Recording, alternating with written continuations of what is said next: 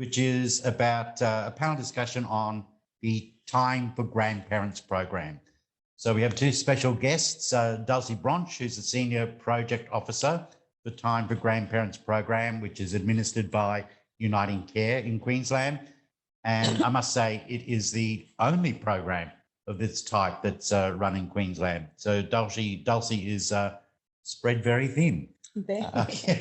And we also have another special guest that's joining Dulcie, whose name is Lizabeth, who's joining us from Bundaberg. And Lizabeth is caring for 5 grandchildren. So she is obviously a very, very busy woman. She is. So we're delighted to have Lizabeth join us as well. But firstly, if I turn to you, Dulcie, and would you like to explain what Time for Grandparents program does, what you have been doing, what your future plans are? Sure, Lindsay. Look, I work for UnitingCare's Time for Grandparents program, a program that's now been around for about 13 years. We've been funded since 2007 by Department of Communities. Thank you, the department. They've been wonderful to the program. And it was set up by psychologists at UQ and Griffith University who done some work around informal kinship care. They recognise the amount of grandparents raising grandchildren in Brisbane, in Queensland, and put together the Time for Grandparents program because I wanted to support grandparents who are doing it really, really tough, raising grandchildren. Now, the program was developed and the content was all around emotional support for grandparents, giving them some respite when they need the respite to happen. So the program started off 2007 to support grandparents who are informally caring for their grandchildren. So we've got about 410 grand families on the program that we actively support today. We had higher numbers, but they dwindle. We seem to get grandparents who care for grandchildren. Then for many reasons, the grandchildren go back to parents, but then they come back to grandparents again because the parents aren't just there to take care of the children.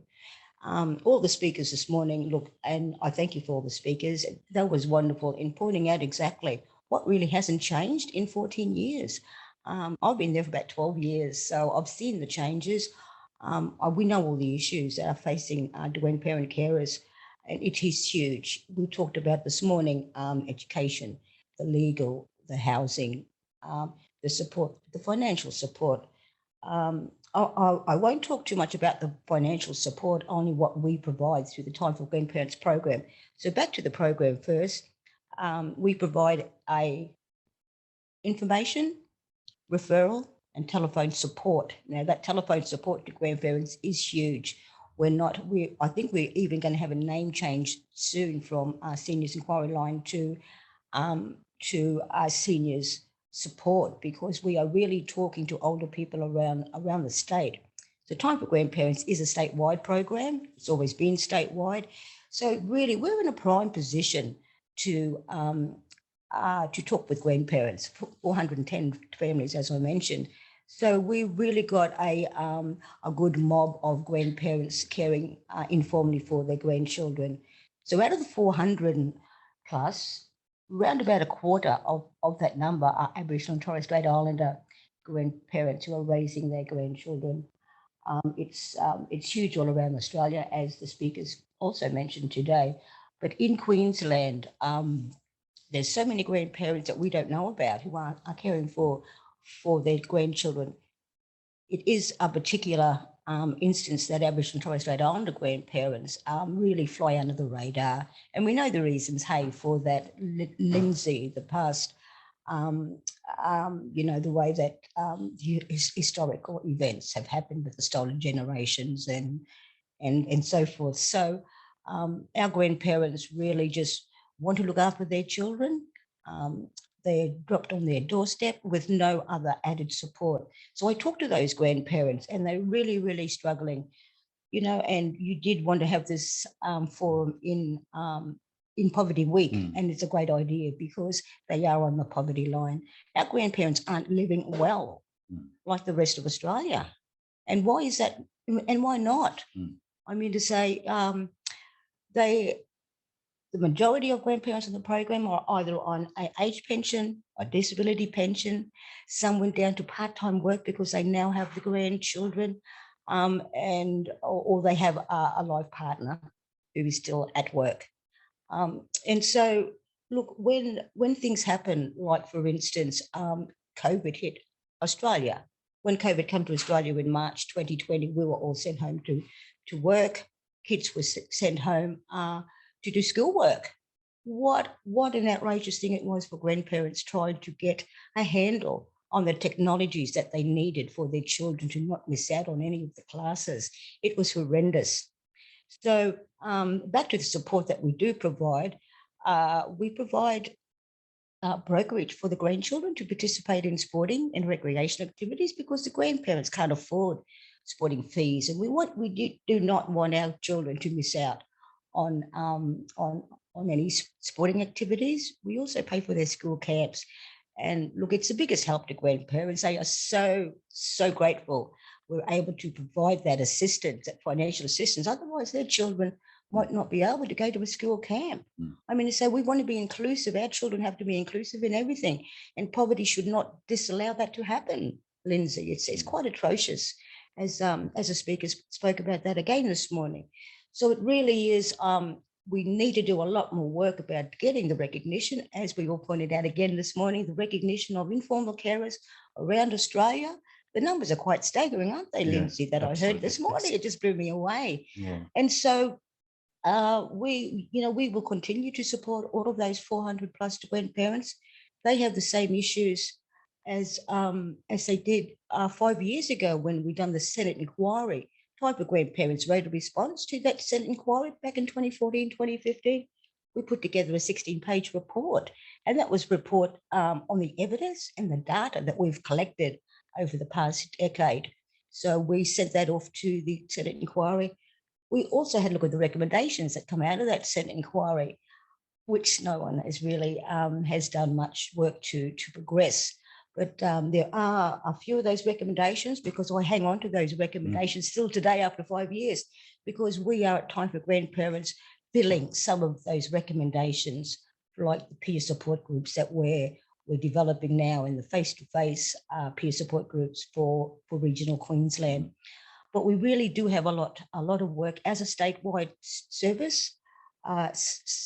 Something new that I'm doing this year is developing face-to-face grandparent support groups in the region. So I've recently opened one up in Ipswich, a grandparent support group. I want to put grandparent support groups in the region so they've got that support. It's one of the biggest asks that grandparents ask for is respite.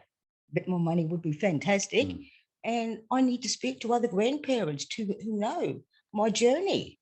And so there are really, really important support groups. So we are doing that now. There's other couple of recommendations we are trying to fulfill. So we really need, and like the previous speaker said, they really need to be revisited, the whole 18 recommendations I think there were, yes. And to move grandparents informally caring forward. Poverty week is upon us. We have families in poverty, families in poverty.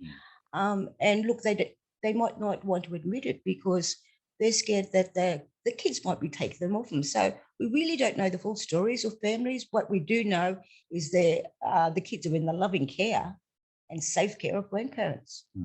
It's wonderful. So I identified with the question with the comment you made about how difficult it was to manage grandparents when suddenly those children needed to be homeschooled. And I remember my granddaughter asked her parents whether I knew how to read. Made me think, what about all those books I've read you? And her reply to that was, yeah, but you make them up. But then she proceeded to say, yeah, but do you know sight words? And to be really honest, I didn't have a clue what she was talking about. So I still don't know really what sight words are.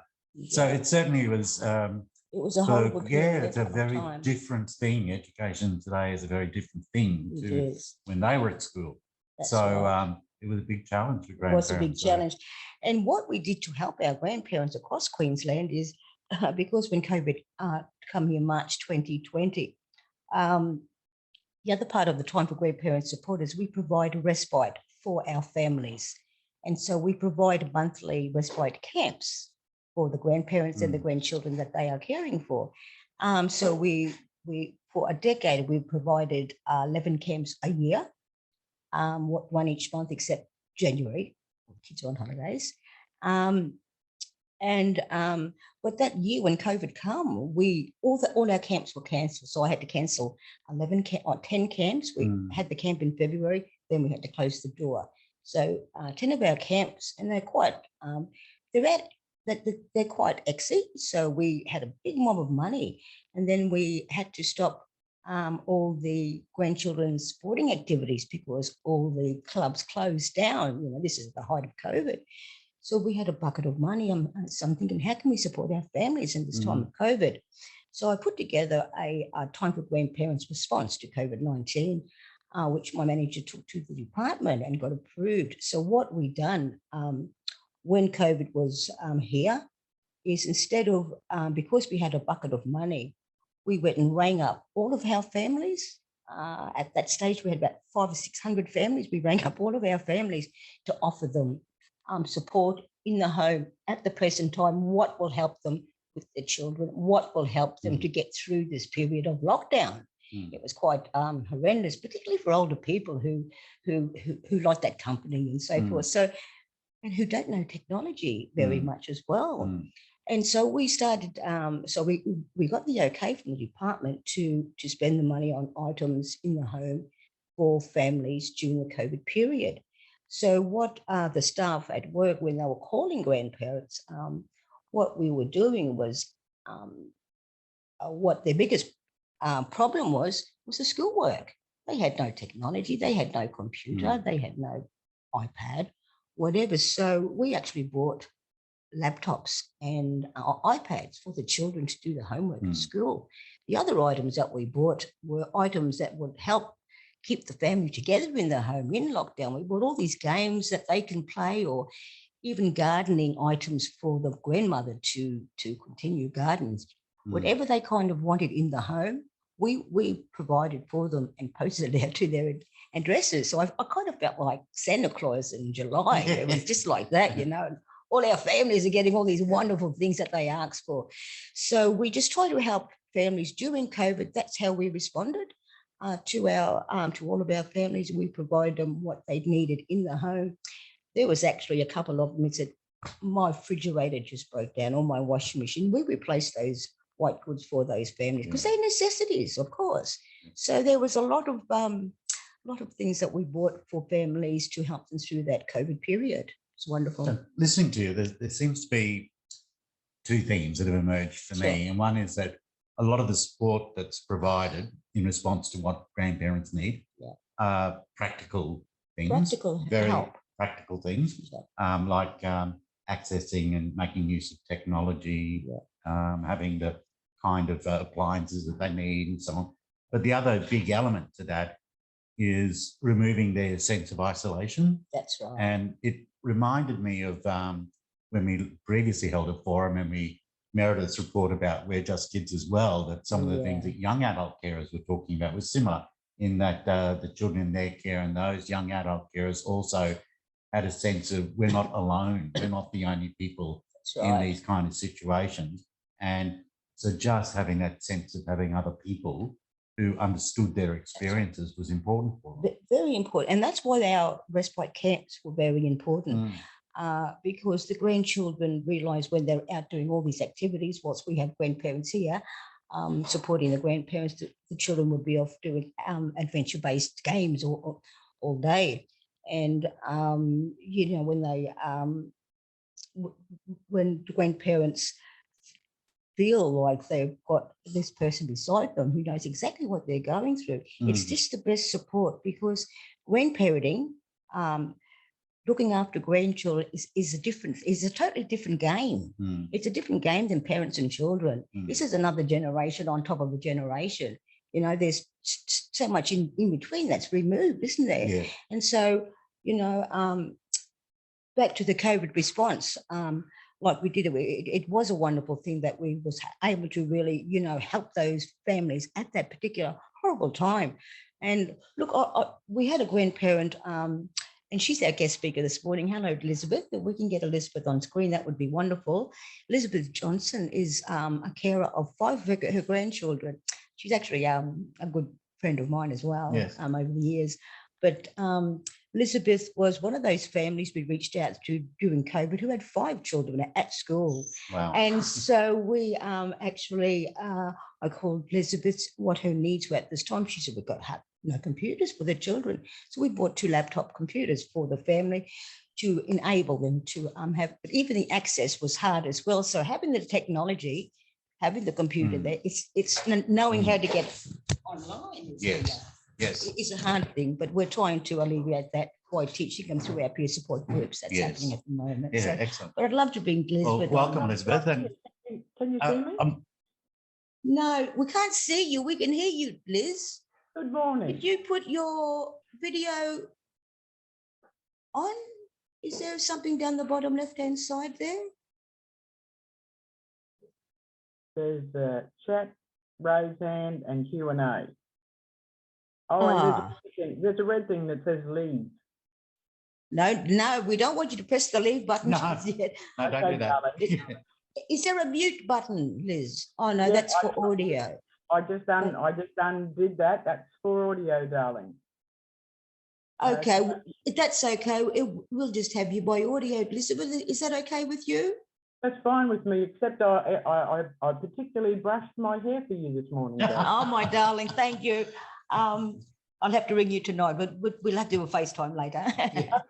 Oh, well, can I just say something then, even though you can't see me? Sure, yes, Elizabeth. Absolutely. Okay. I've got praises actually for the grandparents program, and I want to say how crucial it was that the support that you gave the grandparents in that high time of drama during the beginning of COVID, because my children were all very confused, and one of the children actually fell behind because there were so many people lined up on the link that he was supposed to the link that he was to connect to his group, and he got quite frustrated about that. And I think in the aftermath of that, he might need some special tutorial before he goes into high school in a couple of years. So far as maths and English and that sort of thing is concerned. And tutoring isn't easy, Elizabeth, to get, is it, at schools these days? Tutoring.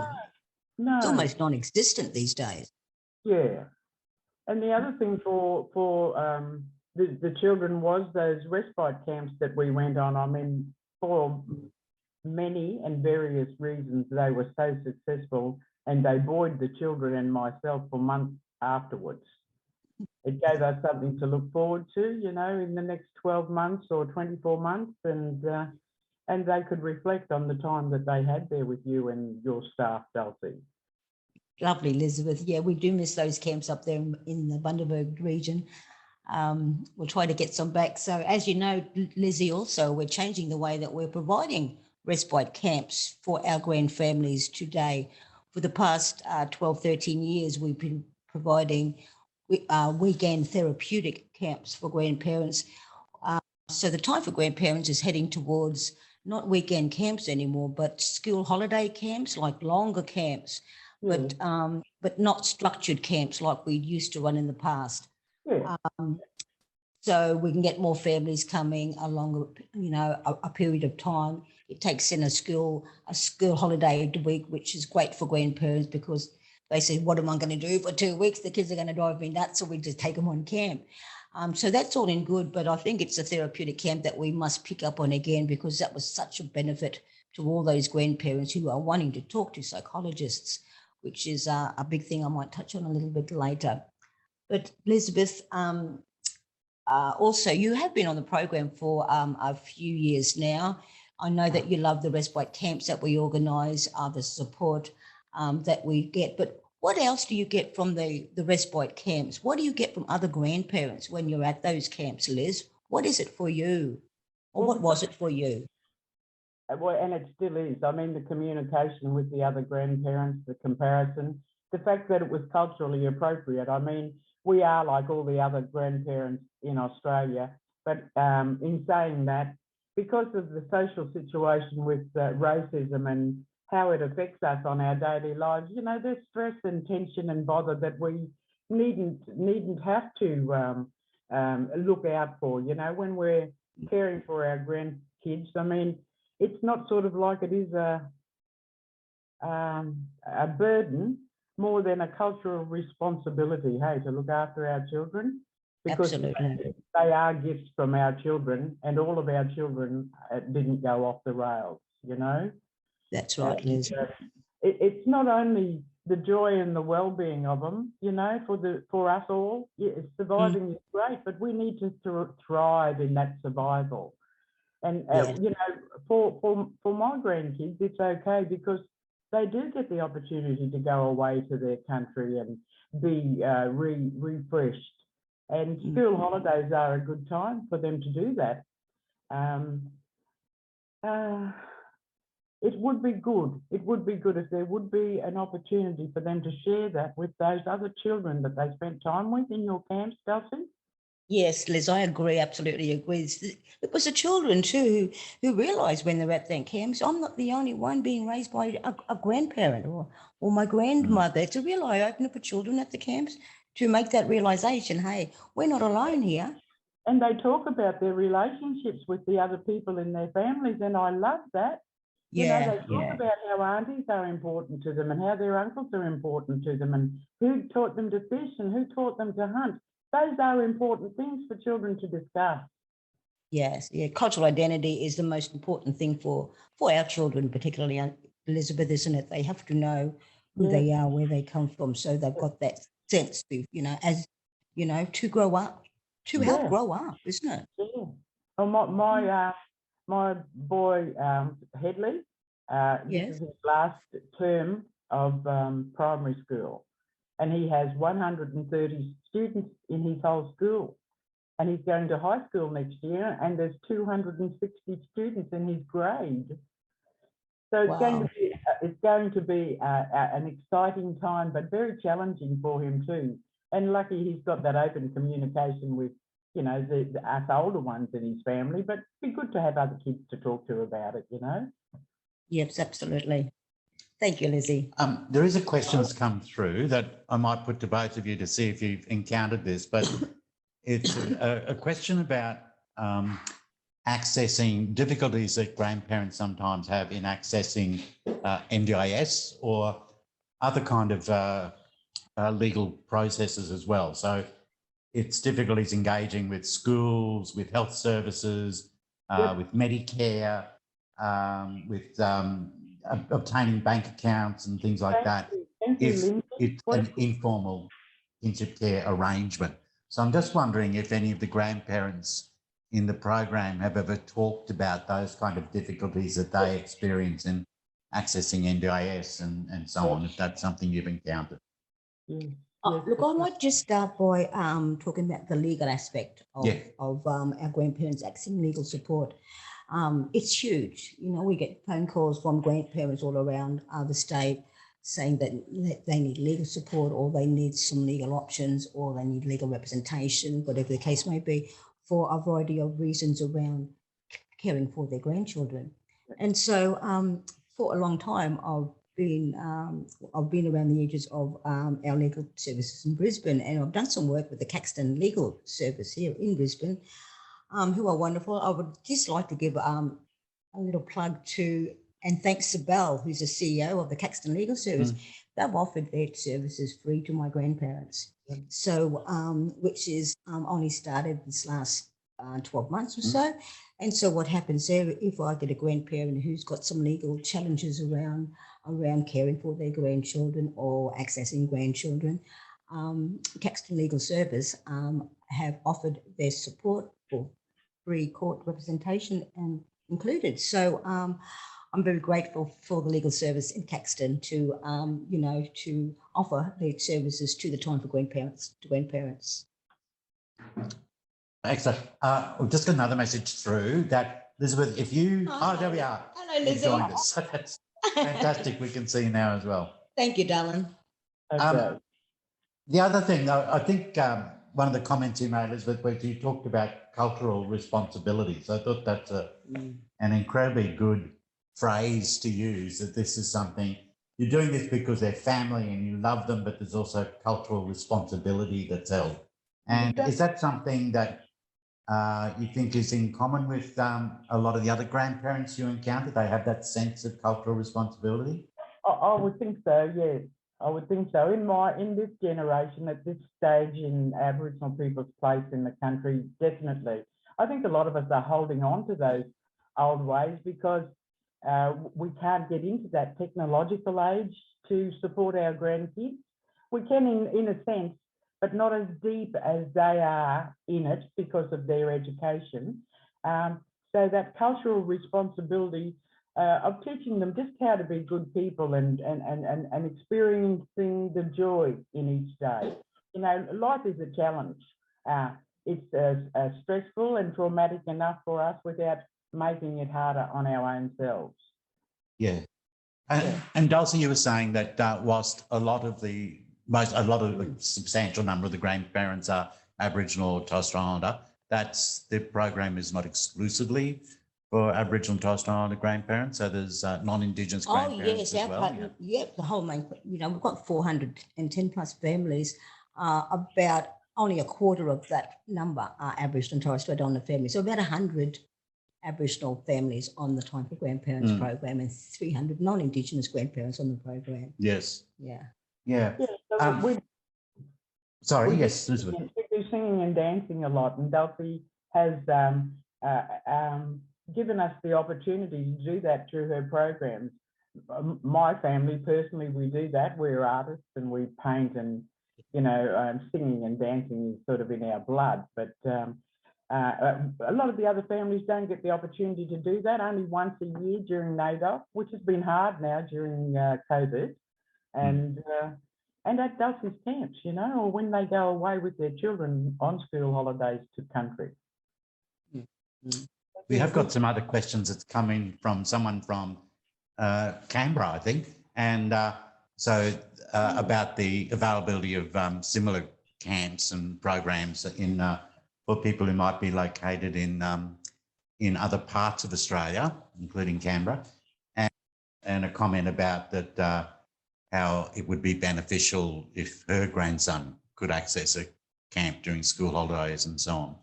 So are you aware of other programs of this type, Lindsay, anywhere else? Lindsay, I really don't, I haven't heard, and I don't know of any other program like the Time for Grandparents up here in Queensland. I don't think there's any other program.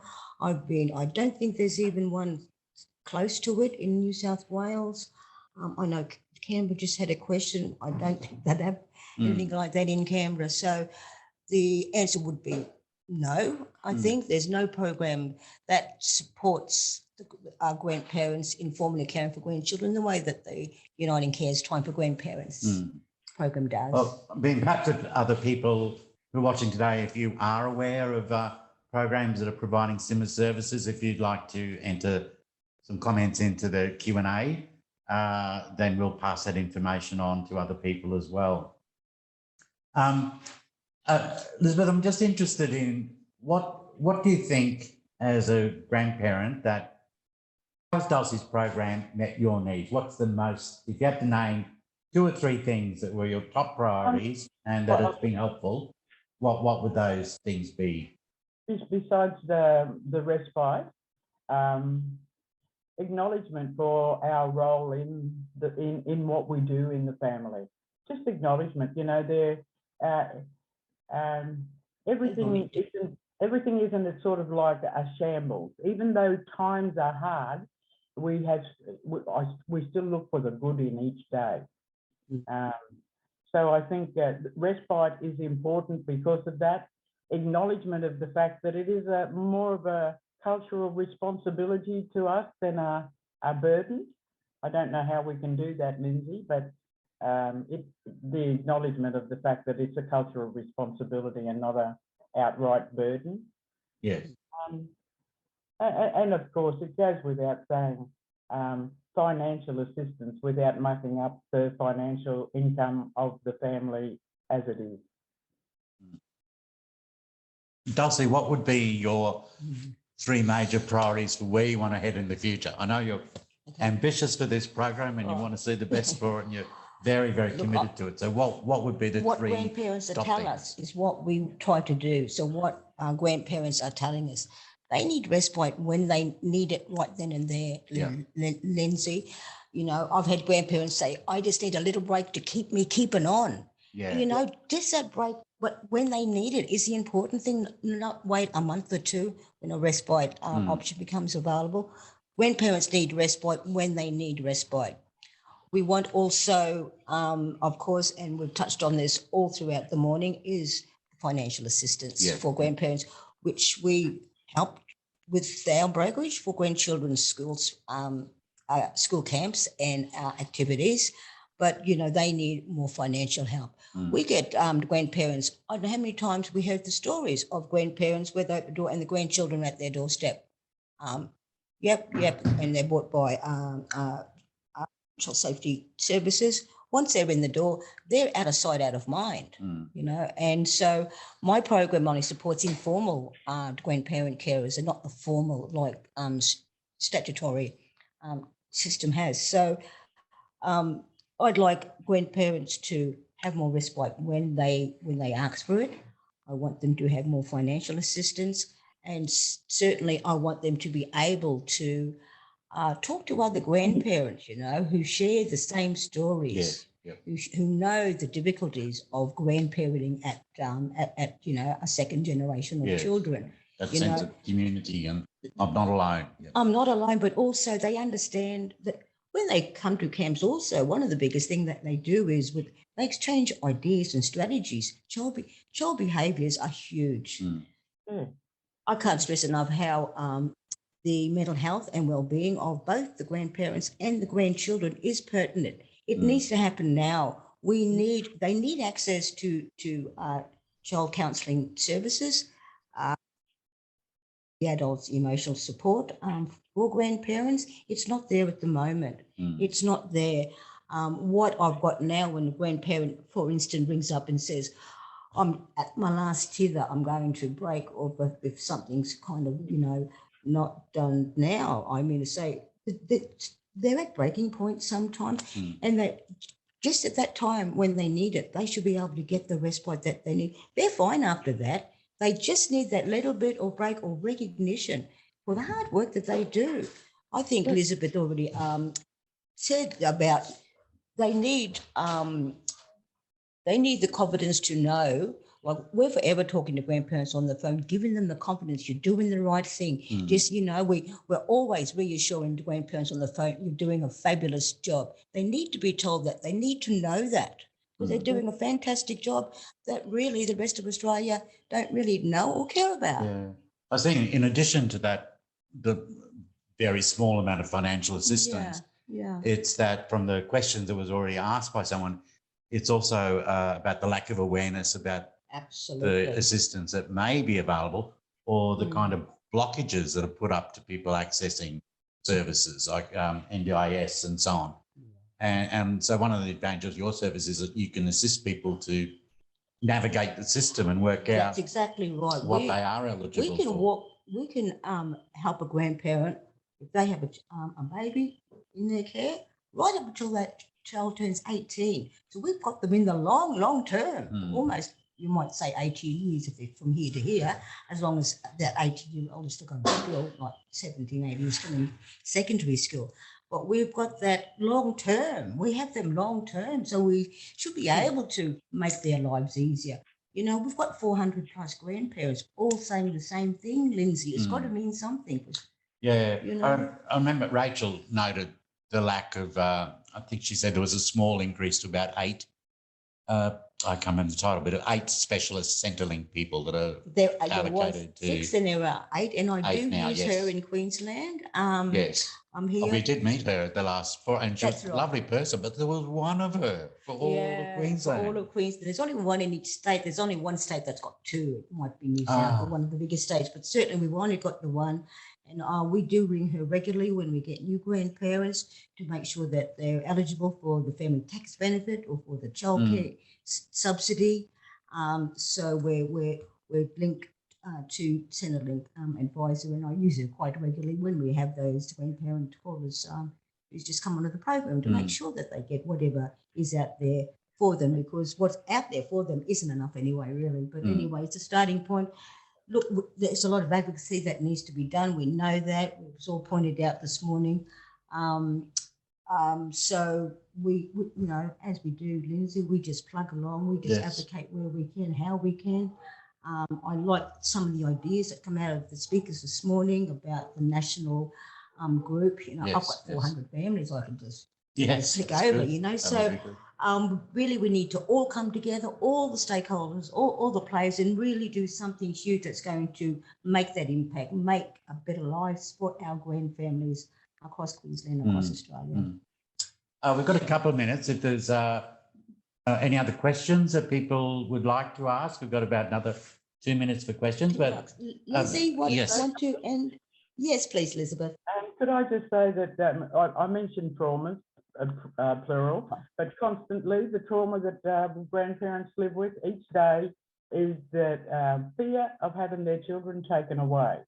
Now, I know that there was an apology by a Prime Minister some years ago that said that they were sorry for taking all those children away, but we must acknowledge that children are still being taken away. And the other point I wanted to make was that we need more qualified and caring, able people to do those NDIS applications for our grandparents. Yes, that seems to be a big issue that people have talked about. Thank you, my sister. I think there is that quite understandable nervousness experienced by a lot of Aboriginal families about seeking help, because it might draw the attention of welfare authorities and so on. So often they're very nervous about asking, and it's completely understandable why they are reluctant to ask for help. You are right.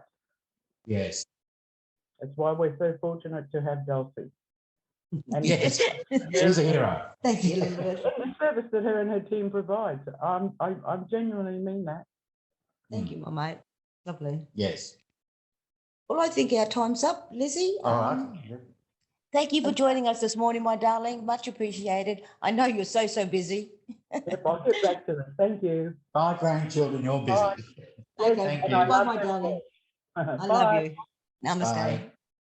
And thank you also to you, Dulcie. So that was, as always, I think gave people lots of information. And certainly contact me at UnitingCare's Time for Grandparents. I'm happy to speak with any stakeholder out there who's wanting to do more for grandparents raising grandchildren. Yes, good. Cheers. Thank you. Thank you. Cheers.